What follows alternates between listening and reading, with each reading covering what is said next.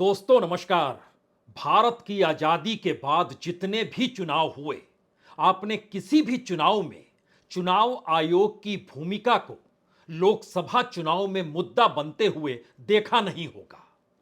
आपने किसी भी चुनाव में सुप्रीम कोर्ट के फैसले चुनाव को प्रभावित कर सकते हैं, यह आपने इससे पहले कभी देखा नहीं होगा।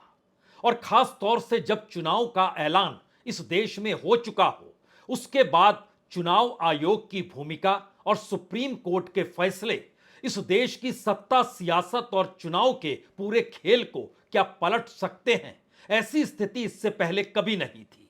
तो क्या राजनीतिक तौर पर इस देश में जैसे ही विपक्ष कमजोर हुआ और विपक्ष के तौर पर सबसे पुराने राजनीतिक दल यानी कांग्रेस इतनी कमजोर हो गई कि वह छत्रपों के सामने झुकती हुई और समझौते करते हुए नजर आई। इस देश के छत्रप भी जांच एजेंसियों से डरे और सिटके हुए नजर आए। और इसी दौर में सत्ता की ताकत इस देश के भीतर लोकतंत्र के स्तंभों को अपने हथेली पर नचाने लगी। और शायद क्या इसीलिए चुनाव आयोग हो या सुप्रीम कोर्ट, भारत के लोकसभा चुनाव 2024 में एक बड़ा मुद्दा बन चुके हैं। क्योंकि इस देश के भीतर में जब आप चुनाव आयोग का नाम लेंगे तो चाहे अनचाहे इस देश के लोग जिन्होंने चुनाव आयोग की पूरी कार्यशैली को देखा समझा है, तो उनके जहन में टीएन शेषन का नाम आ जाएगा। टीएन शेषन जो मुख्य चुनाव आयुक्त जब रहे तो उन्होंने ना सिर्फ किसी पॉलिटिकल पार्टी, किसी पॉलिटिशियन, सही मायने में चुनाव के वक्त हर किसी के लिए एक बराबर की लकीर खींची और यह आज भी याद किया जाता है। लेकिन जब आप सुप्रीम कोर्ट का इस दौर में नाम लेंगे तो लोगों के जहन में चीफ जस्टिस रहे रंजन गोगोई याद आ ही जाएंगे। और लोग यह कल्पना कर नहीं पाते हैं कि कोई चीफ जस्टिस रिटायर होने के बाद सरकार द्वारा मनोनीत राज्यसभा के सदस्य के तौर पर रिटायरमेंट के चंद महीनों के भीतर चला जाए। इसके बाद तो उनके दौर में दिए गए हर फैसले को लेकर सवालिया निशान लगेंगे और राजनीतिक तौर पर सुप्रीम कोर्ट के फैसले भी सत्ता द्वारा मैनेज हो सकते हैं, यह सवाल तो जरूर उठेगा। लेकिन आज की तारीख में 2024 में ना तो टीएन शेषन है और ना ही रंजन गोगोई है। इस दौर में सुप्रीम कोर्ट में चंद्रचूड़ है, चीफ जस्टिस डीवाई चंद्रचूड़ है। और दूसरी तरफ चुनाव आयोग में चुनाव आयुक्तों की नियुक्ति देश के प्रधानमंत्री खुले तौर पर ना सिर्फ कर रहे हैं, बल्कि सुप्रीम कोर्ट के उस फैसले को बदल दिया गया जिसमें कहा गया था कि चुनाव आयुक्त की नियुक्ति निष्पक्ष होनी चाहिए, दिखनी चाहिए और इसके लिए जरूरी है कि 3 व्यक्तियों का पैनल जो निर्धारित करे उसमें प्रधानमंत्री भी रहें, विपक्ष का नेता भी रहे और देश के चीफ जस्टिस भी रहे। लेकिन संसद ने अपनी ताकत दिखाई, देश की सत्ता ने अपनी अनुकूल परिस्थितियों की लकीर खींची और एक झटके में चुनाव आयुक्त की नियुक्ति प्रधानमंत्री, विपक्ष का नेता और प्रधानमंत्री द्वारा नियुक्त उस पैनल में जो एक कैबिनेट मिनिस्टर होगा उन्होंने तय करना शुरू किया। और इस बार चुनाव ऐलान के महज 30 घंटे पहले, 30 आवर्स, 30 घंटे पहले 2 चुनाव आयुक्तों की नियुक्ति हुई और वो प्रधानमंत्री ने की और उस पर विपक्ष के नेता ने आपत्ति की। लेकिन कोई मायने नहीं रखता है, संसद से निर्णय लिया गया तो उसके बाद ये प्रधानमंत्री के हक में था। लेकिन आज सवाल एकदम अलग है।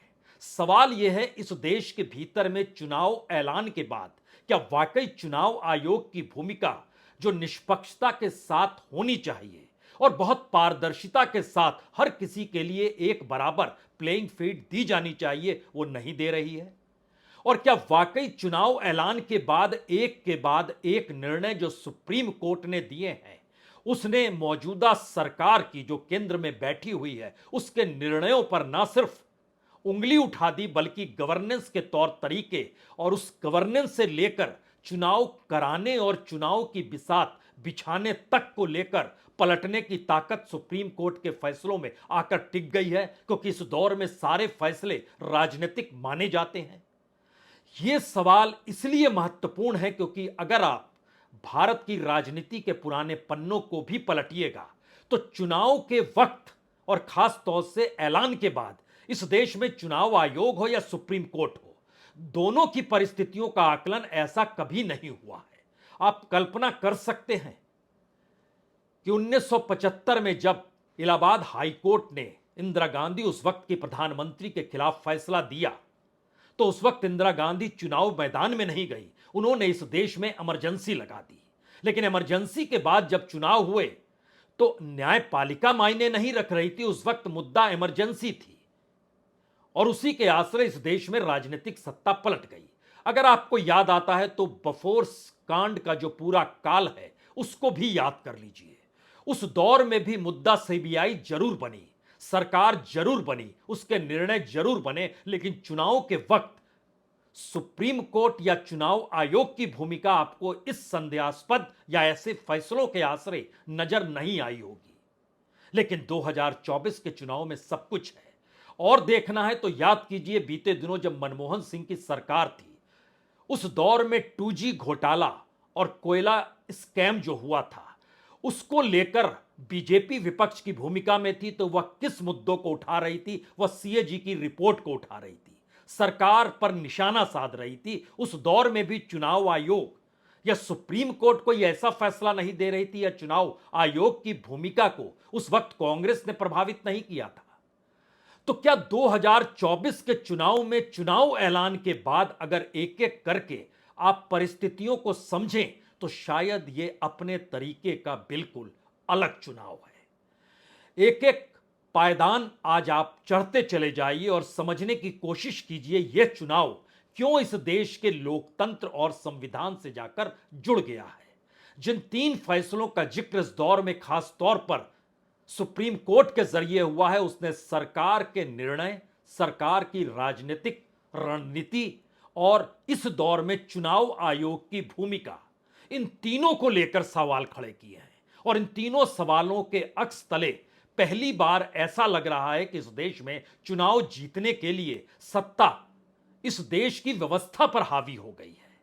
हम एक एक मुद्दों को खोलें उससे पहले हमें लगता है आज जब राहुल गांधी वायनाड में पहुंचे और उन्होंने अपना नामांकन दाखिल किया, तो उसके बाद पत्रकारों की टीम ने उनसे कहा अब तो कुछ कह दीजिए।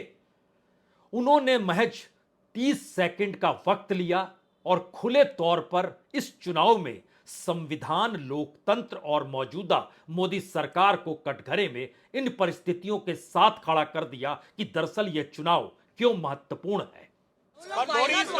ये जो लड़ाई है,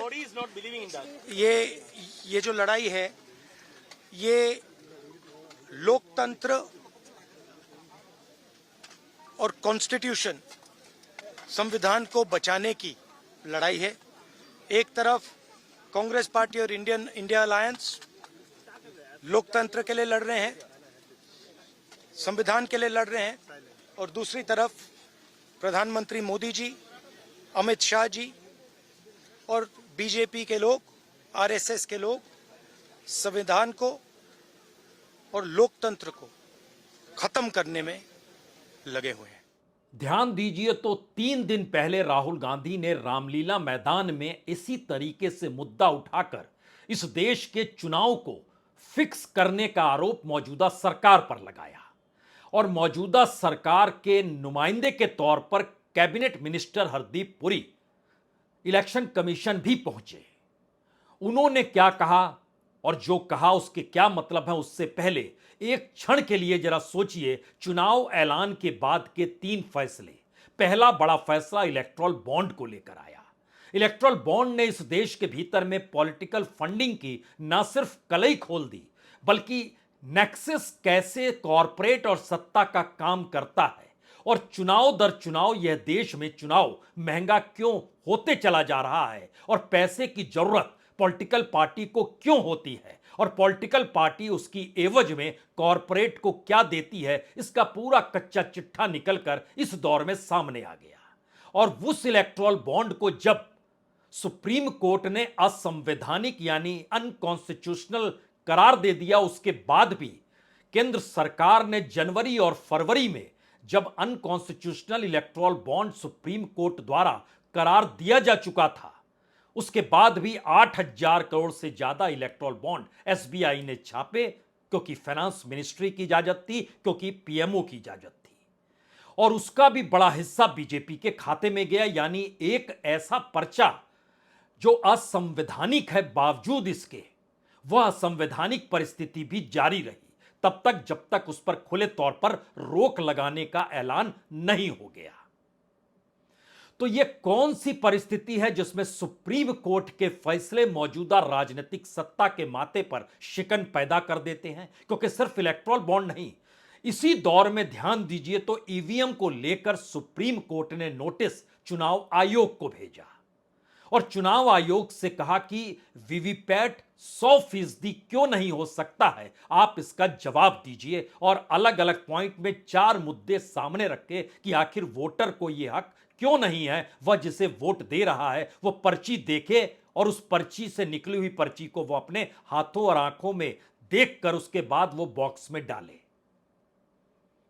इसके बाद जो मशीन का शीशा तक बदल दिया गया उसको लेकर भी सुप्रीम कोर्ट ने सवाल खड़े कर दिए और जस्टिस गवाई ने जो नोटिस भेजा उसका जवाब अभी तक चुनाव आयोग की तरफ से आया नहीं है। तो अगला सवाल कोई भी पूछ सकता है, क्या चुनाव आयोग अगर अपना ढीला ढाला रवैया जारी रखेगा? खास तौर से सवाल चुनाव का है, सवाल चुनाव के जरिए इस देश में लोकतंत्र का है और चुनाव देते वक्त वोटर के भीतर भी सवाल है और पॉलिटिकल पार्टीज के भीतर भी सवाल है। तो फिर चुनाव आयोग है किस लिए?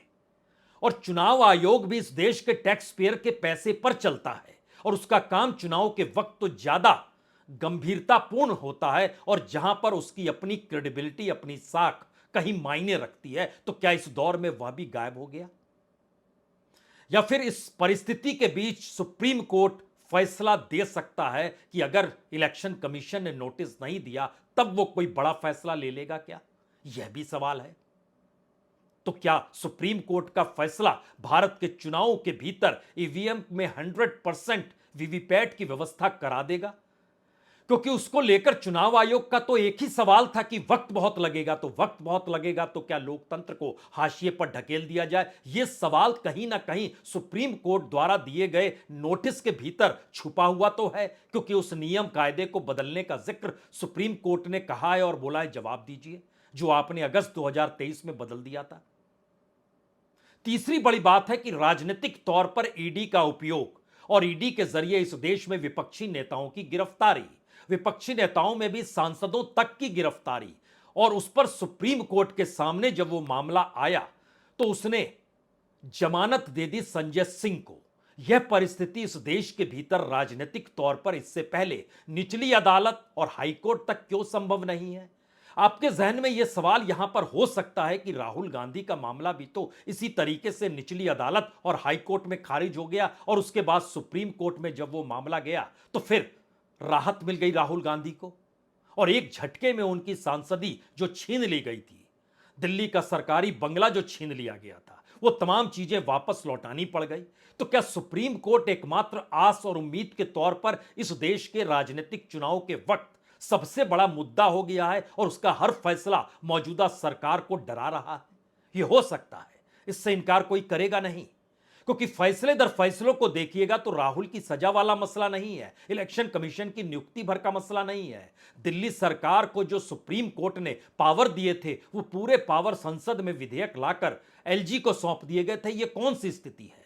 उस दौर को याद कीजिएगा तो शिवसेना को लेकर सुप्रीम कोर्ट ने खुले तौर पर कहा था कि राज्यपाल की भूमिका उस दौर में असंवैधानिक थी। यानी राज्यपाल जो संवैधानिक पद पर है और वो राष्ट्रपति का नुमाइंदे के तौर पर किसी राज्य का राज्यपाल होता है, वह भी असंवैधानिक कार्य राजनीतिक सत्ता के लिए कर सकता है। यह तो खुले तौर पर सुप्रीम कोर्ट में मामला उठा और सुप्रीम कोर्ट के इस फैसले के बाद माथे पर शिकन फिर राजनीतिक सत्ता जो दिल्ली में थी उसके माथे पर आ गई। तो क्या सुप्रीम कोर्ट का हर फैसला इस दौर में सरकार को डरा रहा है कि 2024 को लेकर उसने जो बिछात बिछाई उस बिसात का मतलब तो यही है कि इस देश की इकोनॉमी तीसरे नंबर पर अगले बरस हो जाएगी 2025 तक और उसके बाद 2047 तक भारत विकसित हो जाएगा। इन सपनों के आसरे इस देश में सरकार भी चल रही है और चुनाव आयोग खामोशी भी बरतता है, सुप्रीम कोर्ट फैसले भी दे रहा है और ये तमाम परिस्थितियों के बीच जनता कहां पर खड़ी है और उसका अपना वोट कहां पर खड़ा होगा, यह भी कोई सवाल है। जरा इन सवालों के अक्स तले याद कीजिए जिसका हम जिक्र इससे पहले कर रहे थे कि किस तरीके से राहुल गांधी ने जब रामलीला मैदान में पूरे चुनाव को ही फिक्स करार दे दिया तो उसके बाद बीजेपी के नेता और कैबिनेट मिनिस्टर हरदीप पुरी पहुंचे इलेक्शन कमीशन कई नेताओं के साथ। बाहर निकलकर उन्होंने क्या कहा, ये सारे सवाल उन्होंने उठा दिए और ये कहते हुए उठा दिए ये सारे सवाल कोई मायने नहीं रखते हैं। 2 दिन पहले की ही बात है जब वो कह रहे थे चुनाव आयोग के दफ्तर के बाहर खड़े होकर। हमने इलेक्शन कमीशन के सामने कई मुद्दे रखे। राहुल गांधी जी ने कई ऐसी बातें की जो अपने आप में बहुत ऑब्जेक्शनेबल है और इनकी अगर इम्प्लीकेशंस देखिए जो उन्होंने कहा वो और भी सीरियस है। उन्होंने कहा कि ये फिक्स्ड मैच है। आप सब क्रिकेट गेम के साथ फेमिलियर है। फिक्स्ड मैच क्या होता है कि अंपायर भी आपका होता है और जो है ना मैच का जो नतीजा है वो पहले से ही तय कर दिया गया हुआ। इन्होंने और क्या कहा कि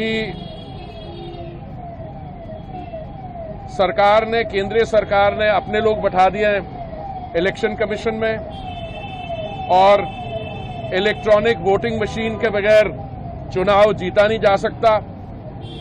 अब श्री राहुल गांधी जी को यह पूछना चाहिए कि जब आपकी पार्टी कुछ ऐसे राज्यों में सफल रही उस समय क्या कोई अलग इलेक्ट्रॉनिक वोटिंग मशीनें थी? और ये ईवीएम्स की जो बात है ये कई बार उठाई जा चुकी है और इलेक्शन कमीशन ने भी इसका मजाक उड़ाया है और बोला कि ये बिल्कुल बेबुनियाद है and there is no evidence. जाहिर है इस कड़ी में मौजूदा वक्त में सबसे बड़ा मामला 2 मुख्यमंत्रियों का जेल में बंद होना भी है। उसमें एक दिल्ली के मुख्यमंत्री अरविंद केजरीवाल भी हैं। अब अगर हाईकोर्ट उन्हें जमानत नहीं देती है तो जाहिर है यह मामला सुप्रीम कोर्ट में जाएगा, ठीक वैसे ही जैसे एक वक्त राहुल गांधी का मामला गया था। तो क्या यह मान लिया जाए कि इस दौर में जो भी सुनवाई अदालतों में होती है उसमें निचली अदालतों में सरकार के अनुकूल की परिस्थितियां हैं? ऊपरी अदालत यानी सुप्रीम कोर्ट इस देश में संविधान के हिसाब से व्याख्या करती है तो वो फैसला पलट देती है। तो क्या इस देश के भीतर जो भी निर्णय राजनीतिक तौर पर लिए जा रहे हैं वो कानून संगत नहीं है? ये सारे सवाल किसी के जहन में भी आ सकते हैं और आज तो फैसला सुरक्षित रख लिया गया। जस्टिस स्वर्णकांता शर्मा की अदालत में आज जो सुनवाई चल रही थी, हमको लगता है उस सुनवाई का एक छोटा सा हिस्सा जरूर आपको सुनना चाहिए जिससे यह बात और सामने आएगी कि हर फैसले को लेकर सुप्रीम कोर्ट का फैसला क्यों मायने रख रहा है और इस दौर में चुनाव आयोग की खामोशी सत्ता अनुकूल क्यों लग रही है। क्योंकि रामलीला मैदान में बकायदा विपक्ष के इंडिया गठबंधन ने सारी गुहार तो चुनाव आयोग से लगाई कि आप ही हैं जो हमारा बैंक फ्रीज जो किया गया उसको आप खुलवाइए, आप ही हैं जो ईडी और सीबीआई जो गिरफ्तारी कर रही है उसको आप रोक लें, आप ही हैं जो प्लेइंग लेवल फील्ड सबके लिए बराबर दे सकते हैं। तो क्या यह सब कुछ नहीं दे रहा है चुनाव आयोग? और चुनाव आयोग की भूमिका इस दौर में सत्ता के अनुकूल हो चली है और दूसरी तरफ सुप्रीम कोर्ट जैसे ही संविधान की किताब खोलता है वैसे ही इस देश में निचली अदालत या हाईकोर्ट के फैसले एक झटके में बदल जाते हैं। तो ये कौन सी परिस्थिति है? क्योंकि आज सुनवाई के वक्त जब केजरीवाल के वकील सिंघवी ने कहा कि लेवल प्लेइंग को ध्यान में रखते हुए यह बहुत इंपॉर्टेंट केस है, इसमें स्वतंत्र और निष्पक्ष लोकसभा चुनाव शामिल है जो लोकतंत्र का हिस्सा है, इससे हमारा मूलभूत ढांचा बनता है और केजरीवाल की गिरफ्तारी से यह निश्चित हो गया है कि वह लोकतांत्रिक गतिविधियों में नहीं शामिल हो पाएंगे, यानी चुनाव की पूरी प्रक्रिया से उन्हें बाहर रखने की परिस्थिति है। और इसके आधार क्या है? उन्होंने कहा कि मैं ऐसा इसलिए कह रहा हूं क्योंकि पहला सम्मन अक्टूबर 2023 को भेजा गया और गिरफ्तारी 21 मार्च को हुई। इससे दुर्भावना की बू आती है, इससे हमारा मूलभूत ढांचे को नुकसान पहुंच रहा है। मैं राजनीति की नहीं बल्कि कानून की बात कर रहा हूं और गिरफ्तारी की टाइमिंग की इशारा करता है कि दरअसल यह सब कुछ असंवैधानिक है। अब ध्यान दीजिए, इस पर ईडी की तरफ से जो एएसजी राजू थे उनका क्या कहना था? उनका कहना था कि मान लीजिए कोई इलेक्शन से 2 दिन पहले मर्डर कर देता है, क्या उसे गिरफ्तार नहीं किया जाएगा? क्या उसकी गिरफ्तारी मूलभूत ढांचे को नुकसान पहुंचाएगी? आप मर्डर कहेंगे और कहेंगे उसके बाद कि मुझे गिरफ्तार नहीं किया जा सकता क्योंकि इससे मूलभूत ढांचे को नुकसान होगा। इसके बाद एसजी राजू ने कहा कि अपराधी और आरोपी यह नहीं कह सकते हैं कि हम गुनाह करेंगे और हमें इसलिए गिरफ्तार नहीं किया जाएगा क्योंकि यह चुनाव है। तो यह हास्यास्पद है। इससे तो अपराधियों को खुलेआम घूमने का लाइसेंस मिल जाएगा। तो हम अंधेरे में तीर नहीं चला रहे। हमारे पास व्हाट्सएप चैट, हवाला ऑपरेटर्स के बयान और इनकम टैक्स का डेटा भी है। और कुल मिला के 5 घंटे तक जब यह बहस चली तो उसके बाद इस पर सुरक्षित रख लिया हाईकोर्ट ने और कहा कल शाम तक फैसला आपको देंगे।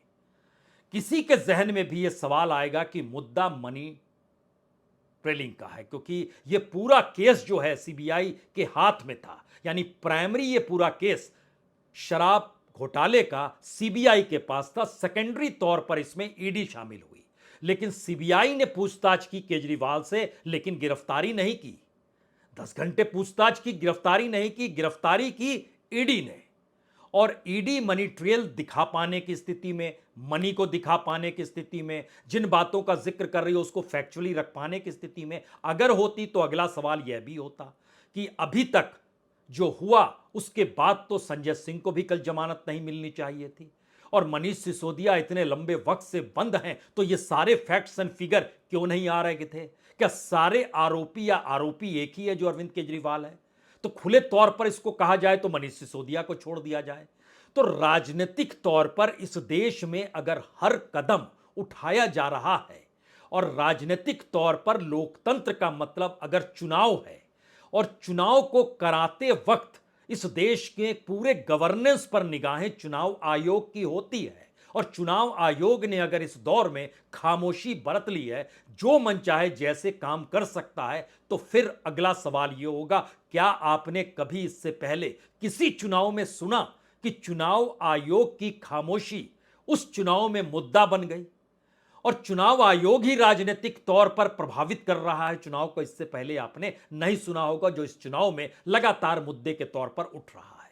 और दूसरी बड़ी बात है कि इसी दौर में सुप्रीम कोर्ट जो फैसले दे रहा है उसको लेकर सरकार इतनी चिंतित कैसे हो गई कि प्रधानमंत्री तक को कहना पड़ गया कि अदालतों को लेकर कांग्रेस के दौर में तानाशाही कैसे की जाती थी, क्या बरती जाती थी। और 4 दिन पहले उन्होंने ट्वीट किया और ट्वीट के जरिए अंदेशा जता दिया कि दरअसल यह सब कुछ ठीक नहीं हो रहा है। और माना यही गया कि वह सुप्रीम कोर्ट को भी चेता तो नहीं रहे हैं। ठीक वैसे ही जैसे एक वक्त देश के कानून मंत्री रिजिजू ने, जो रिटायर हो चुके थे जस्टिस, उनको चेता रहे थे कि आपको तो चुनाव लड़ना नहीं होता है, चुनाव तो हम लड़ते हैं, तो आप हमारे नजरिए पर सवाल मत कीजिए।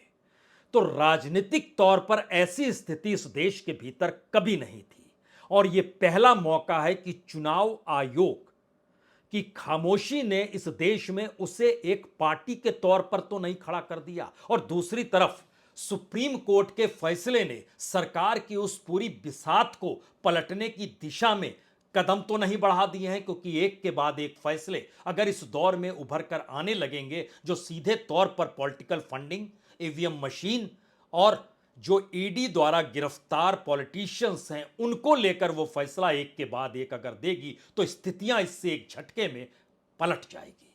और शायद रोटी के पलटने से और सत्ता के पलटने से